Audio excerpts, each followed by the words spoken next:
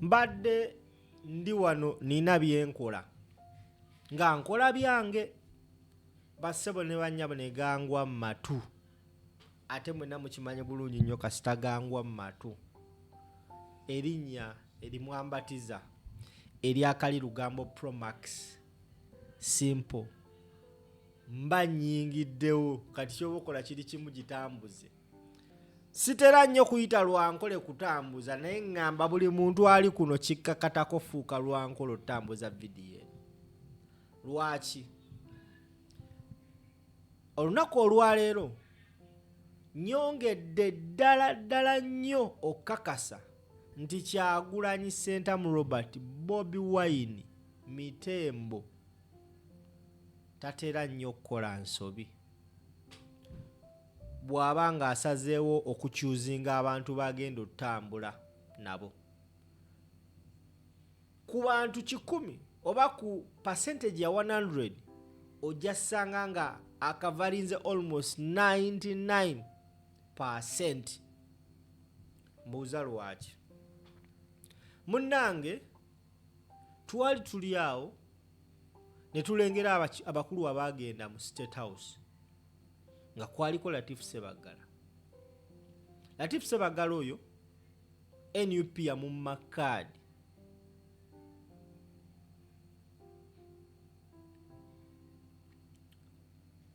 tubadde twakalaba ebifaananyi by'omukulu amanyikibbwa nga Nsibambi nga avuddeyo officially nga yakooye okwekweka n'agamba nti yeegasse ku NRM bassebo ne bannyabo. Another picture has surfaced. Mu bigambo bya Nsibambi yagamba abantu abamuperereza oyingira NRM babadde babiri kwe kuli Speaker Anita Among kwe kuli ne Museveni Yoweri Kaguta be basinze omukuba ekipindi okuyingira oba okwegatta ku kibiina kya NRM. Gwe ssebo banya batulaba abantu ambagamba nti kati omu ku omu yagenda otandika ovaayo. Tuwabadde tukyali awo a picture surfaced. Naye bannange tambuza video mu mwaka gwa 2020 Museveni yava n'akola statement egamba nti by 2021 tewagenda kubaawo opposition. Ako kaali kantu ke yali yabala. In fact, a statement yajogera oba mu 2017 if I'm not mistaken. N'agamba by 2021 tewagenda kubaawo opposition. Bassebo ne bannyabo omusajja teyamanya nti waliwo eppeesa erijja ng'eppeesa liri lyawufu ku ga bulijjo.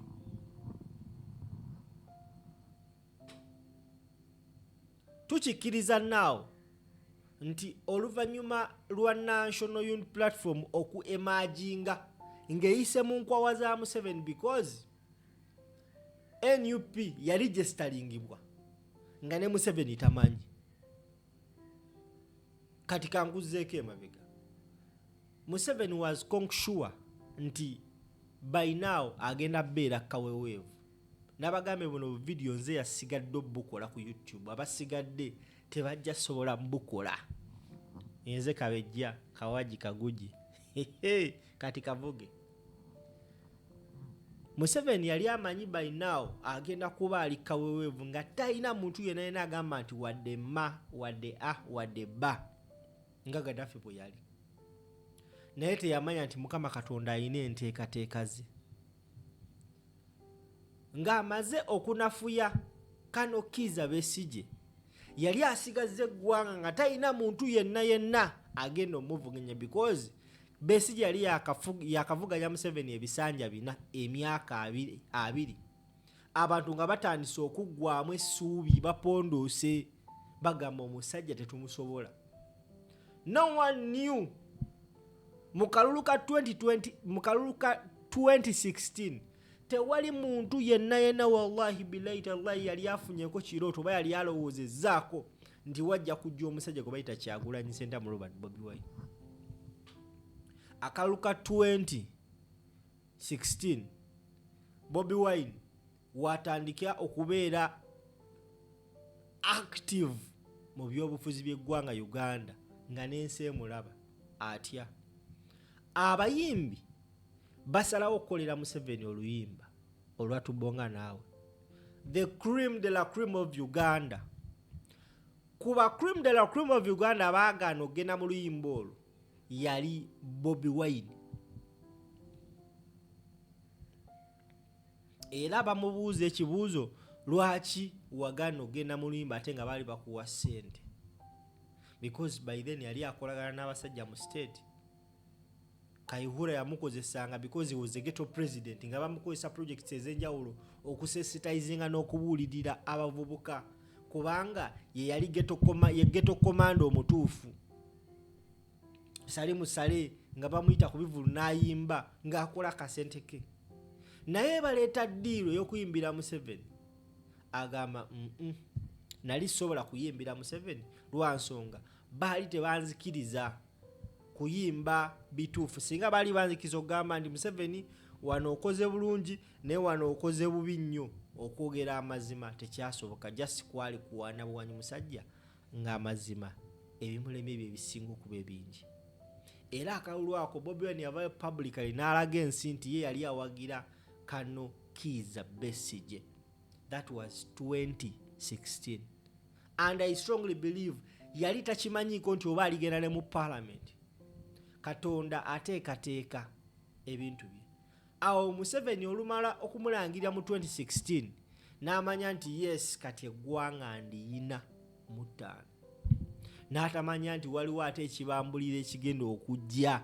Njagala owulirize vidiyo eno n'obwegendereza. Now, gwe ssebo oba nnyaba ndaba, 2018 wajja wabaawo embeera.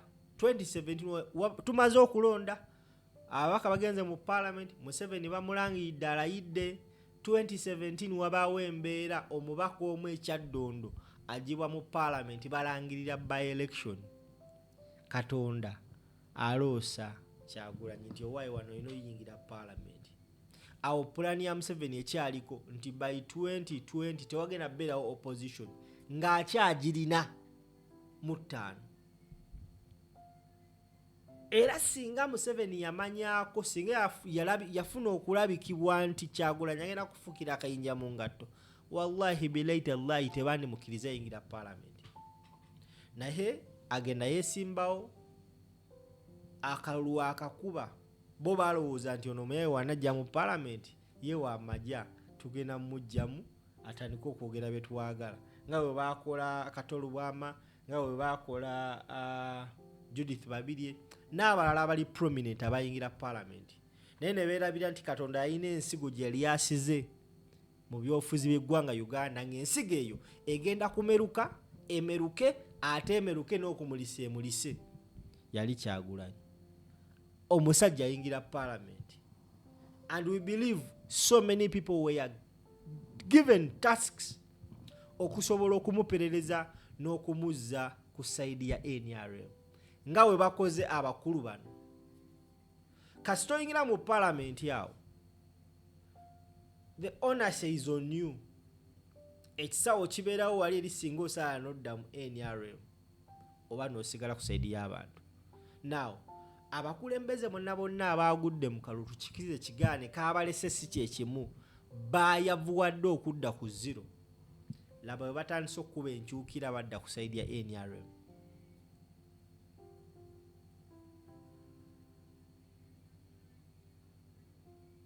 Kyagulanyi wayingira parliament, omuzimu gw'eggwanga Uganda gumutemba. Jukira wayingidde parliament 2018, 2019 eggwanga terinaba kumanya ani agenda okuddamu okuvuganya ne Museveni. Fena twali awo nga tewali amanyi, nga tewali muntu yali ali close to popularity ya Kano Kiza Besigye.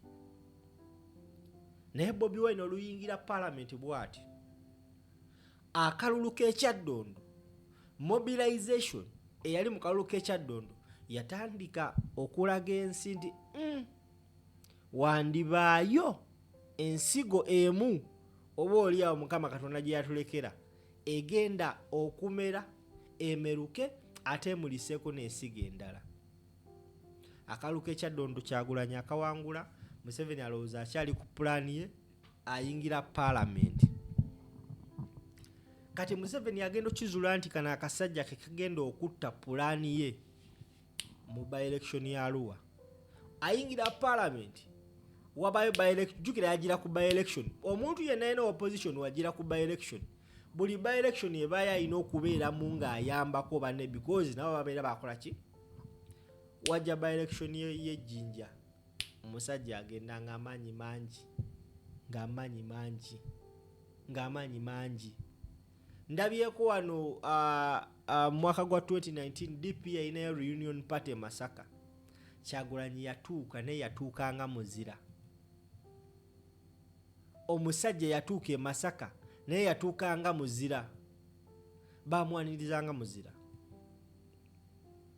Now, bw'atuuka bw'ati mu parliament by elections ezo aleeta agenda ejjinja bawangula, agenda ebugiri gwe ssebo banya batulaba bawangula, baleeta omukulu amanyikibwa nga Asumani basalirwa.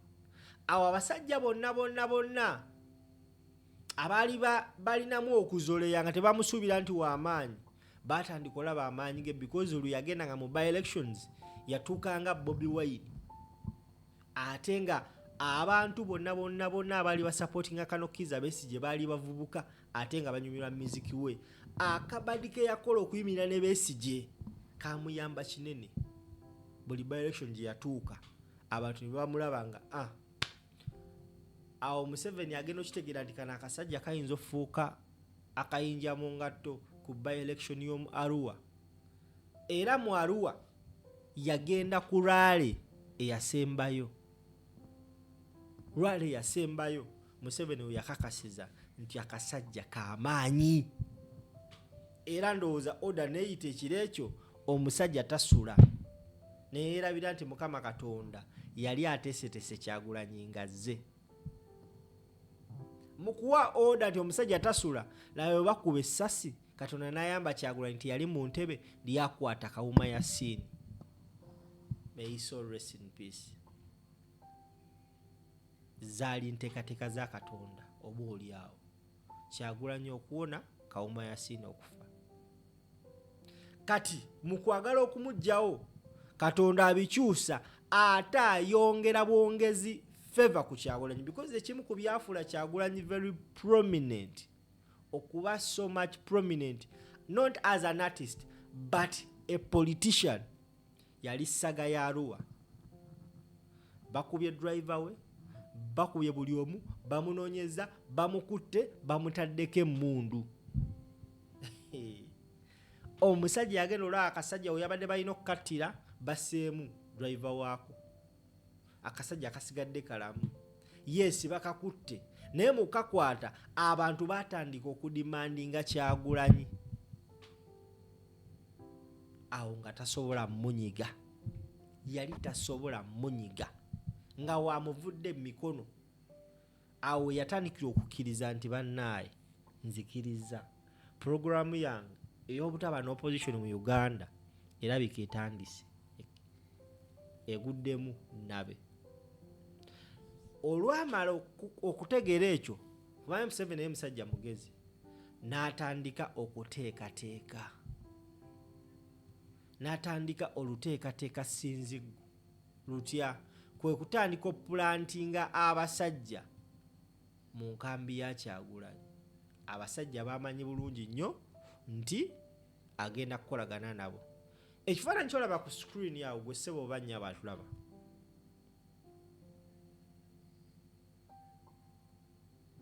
Kuliko omusajja amanyikibwa nga Lubega Mukaako.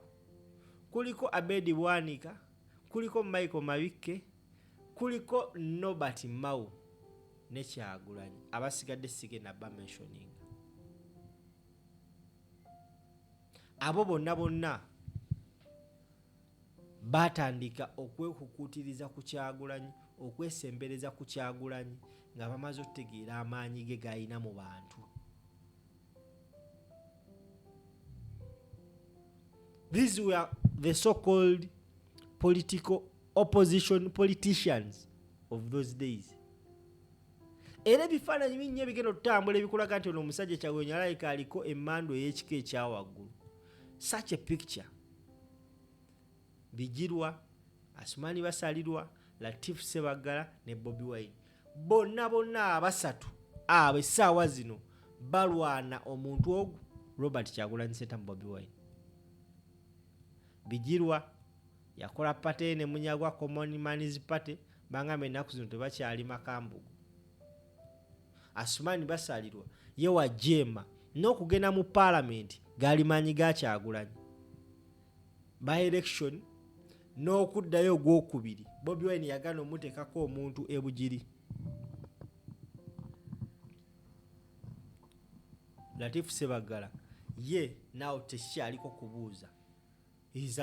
Musajja wa NRM abulako kimu kwambala ssaati nga munne Nsibambi. Now mugetufuna agali latest Anita Monga akola bukubiriro okulaba ng'abo bonna ababadde mu NUP be bamye kaadi ne bagwa mu kalulu abasika abazze mu NRM. Anita Monga naye okugenda mu NRM mu FDC gye yali tebyali birungi, baali bamulabanga nanfe. Now diiru ya Ssewanyana eri etya? Eno yendowooza yange. Alan Ssewanyana bamukubya akalulu fulaati. Alan Ssewanyana y'omu ku bakulembeze abaataddemu ssente mu kalulu because Makindi awo okakasa abaana be Makindi obadde olina okuteekamu ssente eza ddala. Musajja ataddemu ssente naye bamukubya akalulu. Ebimu ku byendowooza musajja kati alabika yagoyinze bankrupt. Era ekifaananyi ekyo kyolaba nga ali ne Anita Monga engeri gye yawombeeseemu gwe ssebo oba nnya bandaba ne weekibanga kyali kya myaka ebiri emabega kyali kiragira ddala nti there is something fishy ku kasajja kaneeno. Kyagulanyi ono omusajja mugezi nnyo nga bw'okiwulira. Waliwo vidiyo emu yali Alan Ssewanyana ku kitebe n'amukozesa statement. Abasajja bano balina omuze oguwaayiriza ne bakikulekamu nga baagala okukikuliisa.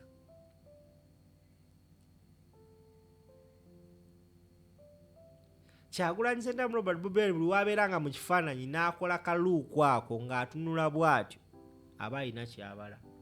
Nobert Mao mu ekyo ekifaananyi oba yali DP reunion eyo ndowooza yalagiranga ddala nti yewa opposition nnyo, kumbe n'akasajja nako kaali kamulaba dda nga kamutunira nkulaba oli kasajja kankwe tuba tuli awo naye asaze eddiiro ali wa Museveni amwadde obwa minisita. Now expect so many people okujoininga NRM betubadde tulowooza nti ba opposition. Kisuubire abasinga banoonya bifo. Alan Ssewanyana naye ne bwebakera ku makyana bamuwa akafo mu Ministry ya Sports. Alan Ssewanyana oyo gulaba alina omukyala amanyikibwa Anita Monga y'omu ku bantu ababadde ku mbiranyi n'omwami amanyikibwa nga Magogo Ashim ba wa Anita Monga. Magogo Ashim ye president wa FUFA, ekitongole ekitwala omuzannyo gw'omupiira mu ggwanga Uganda. Ekitongole Alan Ssewanyana kyeyagalako okulembera. So kati teweewuunyanga ebibalo bikyuseemu. Kati abasajja batandise kwetega wawe nfuniramu wanawa yessaawa ey'okwetega. Naye nga nyongera okukakasa nti bangi nnyo bagenda kuvaayo, abamu bakyagaanya ovaayo naye time, it is just a matter of time. Bagenda tuuka ekiseera baveeyo. Ekisinga okunyuma n'okusesa nti bano bwe batutte bye bibadde ebikoonwa bya NUP Alan Ssewanyana the day lwe yasalawo okwesimbawo nga independent, he ceased to be a member of the National Unity Platform. So wabanga ajoyinize NRM obanga yegasse ku Museveni, tewali obayinza jubilatingira nti bajo omuntu mu NUP. No, la abadan no. Oyo abadde independent ng'ali kabonero ka mupiira. Okategedde okuva n'olwaleero njagala mutandika otya omusajja gwe bayita Kyagulanyi Ssentamu Robert Bobi Wine kuba musajja wanjawulo. Mubeere bulungi.